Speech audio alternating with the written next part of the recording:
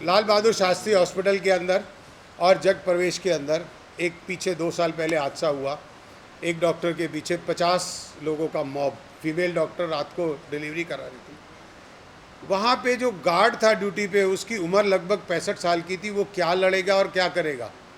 तो ये मैं कहूँगा कि ये एडमिनिस्ट्रेशन का दोष है, चाहे वो एमएस का दोष है, चाहे वो हेल्थ डिपार्टमेंट का दोष है, चाहे वो सिक्योरिटी लगाने वाले का दोष है। दोष तो है ही है। सबसे पहले मैं मीडिया से आए बंधुओं को धन्यवाद देता हूं कि उन्होंने एक बहुत छोटे से टाइम के अंदर इस बड़ी समस्या के लिए आए हैं।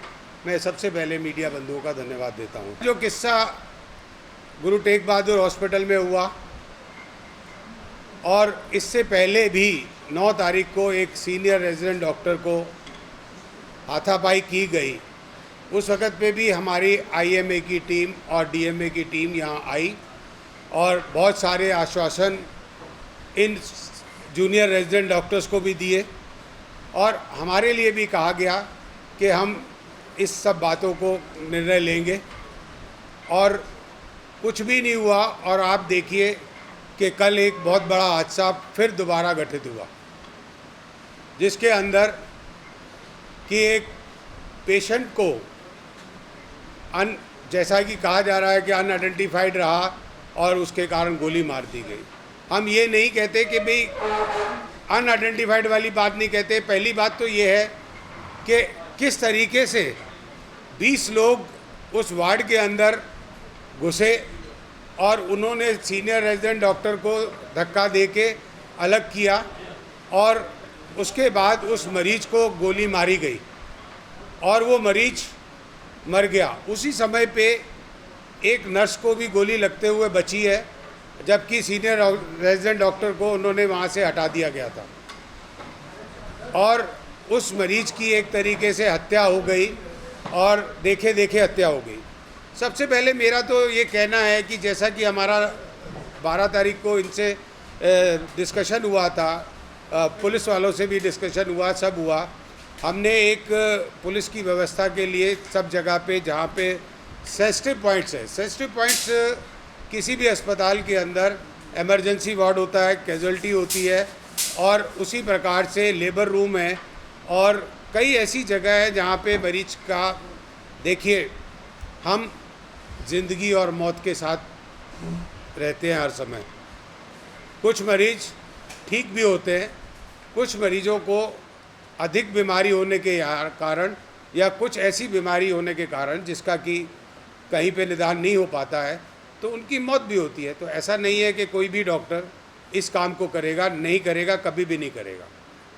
और जहाँ तक मैं कहता हूँ कि हॉस्पिटल्स के अंदर बार बार कई सालों से इस तरीके की बात आती गई कि बाउंसर्स लगाए जाएं, चौकीदार लगाए जाएं, पुलिस की पिकेट्स लगाई जाएं, सरकार के कान के ऊपर जू नहीं रह गई। इस हादसे को अब देखते हुए ये जूनियर रेजिडेंट डॉक्टर्स आज हड़ताल पे हैं यहाँ पे और बिल्कुल ठीक है कि हमें भी दर्द होता है कि हम भी इमरजेंसीज़ को नहीं छोड़ना चाहते, क्योंकि हम ये सेवा के लिए बने हैं। डॉक्टर बना काय के लिए? सेवा के लिए बना। पर इस तरीके से हादसे होते चले जाएंगे, एक डर, डॉक्टरों के बीच में जो डर पैदा हो गया है वो एक गंभीर डर है। और ये बच्चे, हमारे बच्चे भी डॉक्टर हैं, ये बच्चे कैसे काम करेंगे, किस तरीके से काम करेंगे? कभी भी नहीं काम कर पाएंगे। और ये बच्चे इस हॉस्पिटल के अंदर लगभग 5000 डॉक्टर्स, पैरामेडिकल स्टाफ रात दिन काम करता है। 5000 रेजिडेंट डॉक्टर्स, फैकल्टी के डॉक्टर्स, स्टूडेंट्स, नर्सेस और पैरामेडिकल स्टाफ इस हॉस्पिटल में काम करता है। आप सोच के देखिए कि इन स्टाफ के साथ साथ रोज़ का लगभग 5 से 7 हज़ार पेशेंट आना और जाना रहता है। तो कहाँ सिक्योरिटी है इस हॉस्पिटल की? यहाँ तो एक पूर्ण रूप से पुलिस स्टेशन होना चाहिए और रात दिन ड्यूटी होनी चाहिए। मेरा तो अनुरोध, चाहे वो एलजी के साथ हो, चाहे हेल्थ मिनिस्टर के साथ हो, और यहाँ तक कि भी मैं प्राइम मिनिस्टर मोदी जी को भी अनुरोध करना चाहूँगा कि हेल्थ के इशू के अंदर किसी भी देश का स्वास्थ्य और वो उसको कार्य करने वाले का स्वास्थ्य खराब रहेगा, अगर उसके अंदर डर रहेगा तो उसका देश का स्वास्थ्य कभी ठीक नहीं हो सकता। जैसा कि मोदी जी कहते हैं स्वास्थ्य के लिए, तो मेरा भी उनसे एक ही कहना है कि इन बच्चों को, आने वाली जनरेशन्स को सुरक्षित करें, सेव करें। कि जैसे बच्चे अगर ये सेफ नहीं होंगे तो मेडिकल कॉलेज के अंदर पढ़ने के लिए स्टूडेंट्स नहीं आएंगे, आगे आपको डॉक्टरों की कमी हो जाएगी। आप ये मत सोचें कि बच्चे ये डरे नहीं रहेंगे, ये डरे रहेंगे, काम नहीं करेंगे। और दूसरी तरफ आप देखिए, ठीक है हमारे को भी है, पर मरीज भी क्या सोचेगा। आज अगर अखबार में इतनी न्यूज़ हर अखबार में है और आपके माध्यम से सब जगह ये बात पता लगेगी कि जीटीबी हॉस्पिटल में गोली चल गई। टेंडर की जो प्रक्रिया है, आप बिल्कुल ठीक कह रहे हैं कि एक बहुत ही गलत प्रक्रिया रखी गई है। पीछे आपको भी याद होगा कि हमने एक जगह पे इसी हॉस्पिटल में, इस हॉस्पिटल में ही हादसा हुआ था, बहुत बड़ा हादसा हुआ था। उसके बाद जब सत्येंद्र जैन जी हेल्थ मिनिस्टर थे तो बाउंसर्स रखने की बात आई थी। आप देखें कि लाल बहादुर शास्त्री हॉस्पिटल के अंदर और जग प्रवेश के अंदर एक पीछे 2 साल पहले हादसा हुआ। एक डॉक्टर के पीछे 50 लोगों का मॉब, फीमेल डॉक्टर रात को डिलीवरी करा रही थी। वहाँ पे जो गार्ड था ड्यूटी पे, उसकी उम्र लगभग 65 साल की थी। वो क्या लड़ेगा और क्या करेगा।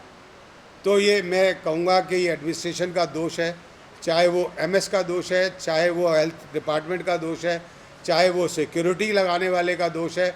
दोष तो है ही है।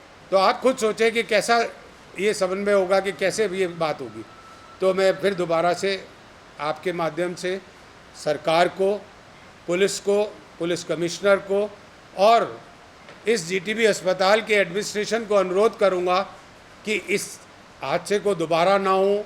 ऐसे अस्पतालों में पूर्ण रूप से इन बच्चों की सिक्योरिटी, स्टाफ की सिक्योरिटी, नर्सेज की सिक्योरिटी और जो भी पैरामेडिकल स्टाफ काम कर रहा है, सबकी सिक्योरिटी होनी चाहिए। धन्यवाद।